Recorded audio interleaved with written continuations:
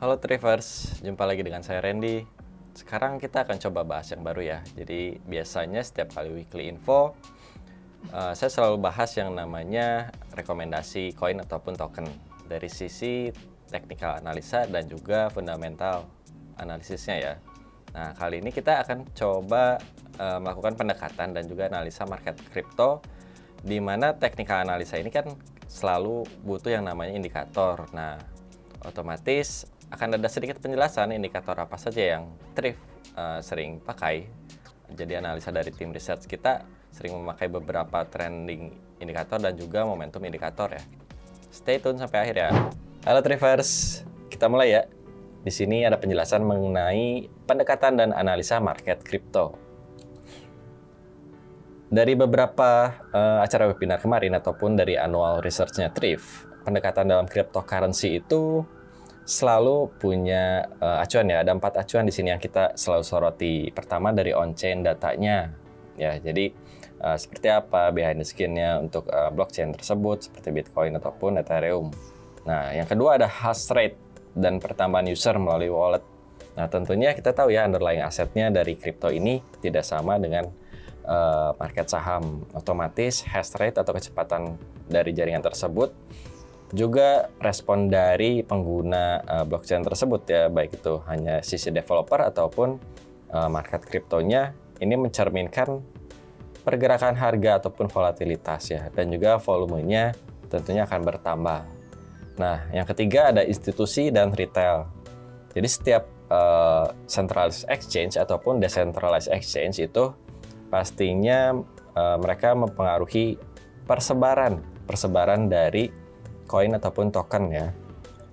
Apabila Celsius ataupun yang sejenisnya itu masih termasuk dalam checks ya, karena mereka masih nempel dengan pemerintahan. Nah, kalau kita lihat lagi seperti Coinbase ataupun CoinMarketCap itu mereka institusinya bisa dikatakan sudah decentralized ya.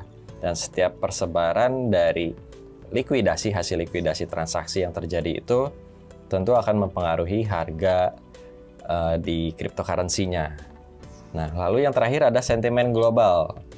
Yang kalian tahu pastinya dari setiap postingan kalian di sosial media itu akan menambah traffic dan juga impact yang indirect ya terhadap harga. Karena mau bagaimanapun setiap community yang berada di bawah blockchain tertentu itu selalu bergejolak ya, mereka punya cara pandang tersendiri terhadap suatu proyek yang sedang berjalan ataupun terhadap produk-produk yang siklusnya lebih pendek daripada jual beli saja.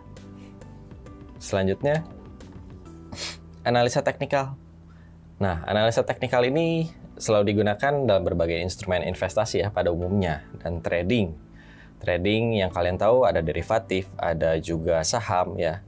Nah, dengan persentase ataupun drawdown yang berbeda, tapi tentu analisa teknikal ini tidak bisa berdiri sendiri ya. Mereka selalu sifatnya itu saling melengkapi dengan analisa fundamental ya. Nah, kalau analisa teknikal ini sebetulnya kita bisa lihat langsung dari charting ya teman-teman.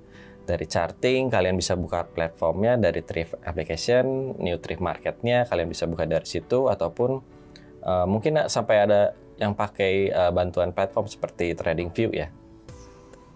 Nah, kalian juga harus selalu menyoroti yang namanya indikator ya. Indikator itu kan sebetulnya buatan manusia, tapi sudah ada acuan yang pastinya. Tinggal bagaimana kalian pemakaiannya ya, situasional seperti apa. Nah, ini ada beberapa tren indikator yang memang tim dari Thrift itu pakai ya. Kita sering publish di Telegramnya Thrift.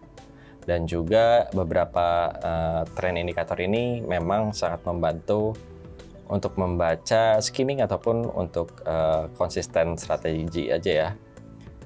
Yang pertama itu ada Bollinger Band. Nah, Bollinger Band ini kalian bisa lihat ya di sebelah kiri atas Bollinger Band. Nah, dia terdiri dari 3 garis ya. Yang pertama pasti mencari harga high-nya, yang tengah itu dia mencari harga rata-rata, dan yang paling bawah itu untuk mencari harga rata-rata di low-nya ya. Lalu lanjut yang kedua ada envelope. Nah, envelope ini mirip dengan moving average ya, poin yang ketiga. Cuman bedanya envelope ini dia punya 2 garis yang merah dan yang biru.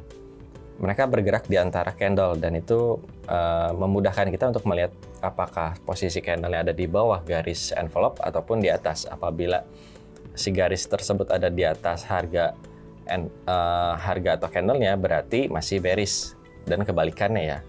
Nah, untuk moving average sendiri ini mempermudah ya. Jadi moving average ini kita tidak perlu ganti time frame. Nah, kita bisa lihat seperti apa pergerakan dari 10 hari ke belakang, 5 candle ke belakang, ataupun sampai 90 hari ke belakang. Tergantung nih, biasanya dari pasar saham mereka pakainya yang moving average 50 dan 100 ya. Yang keempat ada fraktal. Nah, fraktal ini bentuknya seperti garis tanda panah ke atas dan ke bawah yang mereka posisinya ada di ujung harga candle yang hijau ataupun di ujung harga candle yang merah ya, di bawahnya. Nah, setiap penunjuk itu menunjukkan mana gelombang berikutnya yang lebih tinggi ataupun lebih rendah daripada yang sebelumnya. Nah, ini memudahkan kita untuk melihat apakah ada indikasi pola pembalikan arah gitu, yang tadinya bearish jadi bullish ya. Nah, berikutnya ada lagi yang menarik nih, namanya Ichimoku. Ya, kalau dari derivatif ataupun future exchange biasanya mereka pakai Ichimoku untuk penentuan seberapa kuat sih resisten yang akan ditempuh oleh harga yang sedang berjalan atau running price yang sedang berjalan ya. Nah, itu ada beberapa garis-garis yang memang punya arti tersendiri ya. Cukup rumit tapi patut untuk dipelajari oleh kalian ya, traders. Nah, yang terakhir ada parabolic SAR. Nah, parabolic SAR ini bentuknya titik-titik ya semua. Ada yang di atas candle dan dia buat beberapa kali titik di atas candle sampai pada akhirnya candle itu mengenai titik tersebut. Saat kena, otomatis titik itu akan pindah ke bawah ataupun ke atas ya, tergantung tempat pertamanya kita perhatikan di mana. Nah, itu menandakan perubahan tren ya. Trennya itu yang tadinya titiknya ada di atas berarti trennya turun, sekarang titiknya ada di bawah. Nah, itu akhirnya naik gitu, trennya berubah. Nah, penggunaan tren indikator ini ada yang sampai 2 atau 3 sekali jadi ya, sekali pakai, sekali analisa, tapi tergantung kenyamanan dari trader ya, dari teman-teman traders. Senangnya untuk jangka panjang, jangka menengah, jangka pendek itu kalian bisa menyesuaikan ya. Ada yang cari hanya follow buy aja gitu kan, ada yang cari siap-siap untuk likuidasi, mereka pakai parabolic SAR-nya untuk menentukan di mana garis cut loss-nya mereka. Atau ada juga yang siap-siap ambil momentum dari fraktal gitu kan. Kapan nih kira-kira ada fundamental apa atau berita siapa nih, kayak The Merge kemarin atau mungkin FOMC dan juga kenaikan suku bunga 75 basis point yang di-announce ya pada malam tadi. Nah, selanjutnya masuk ke momentum indikator.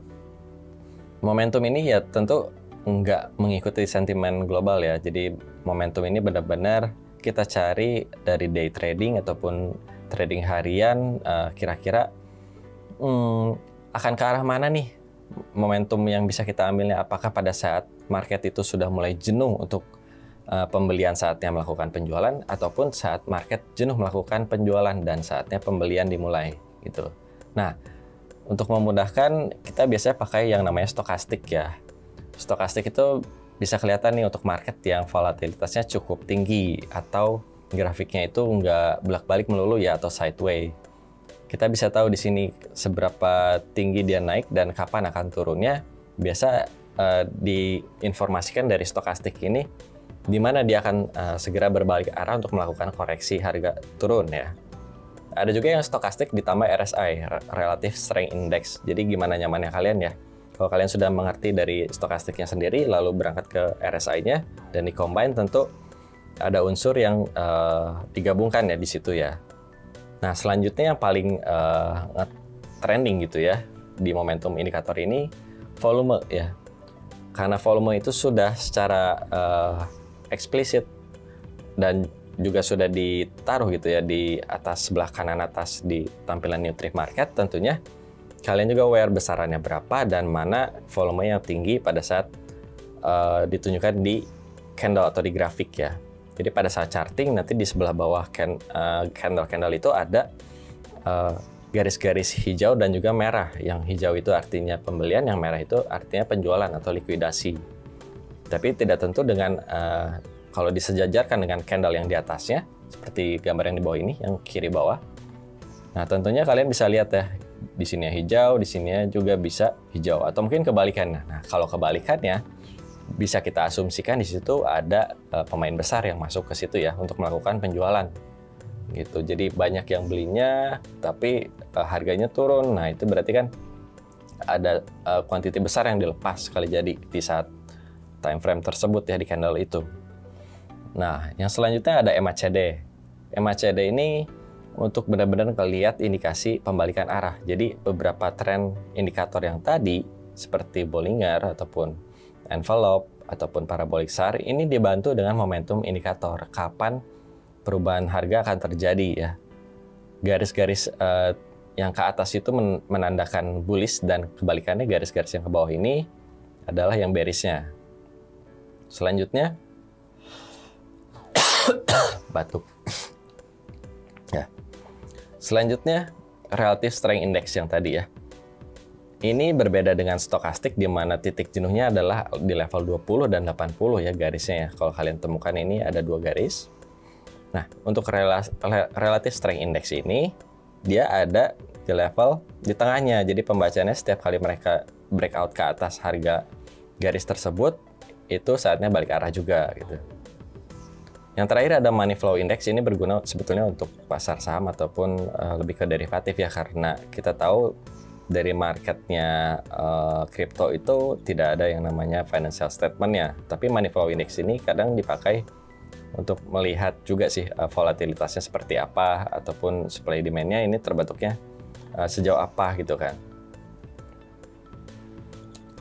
Nah, ini yang akan dibahas terakhir ataupun nanti berdasarkan request dari teman-teman Thrift ya.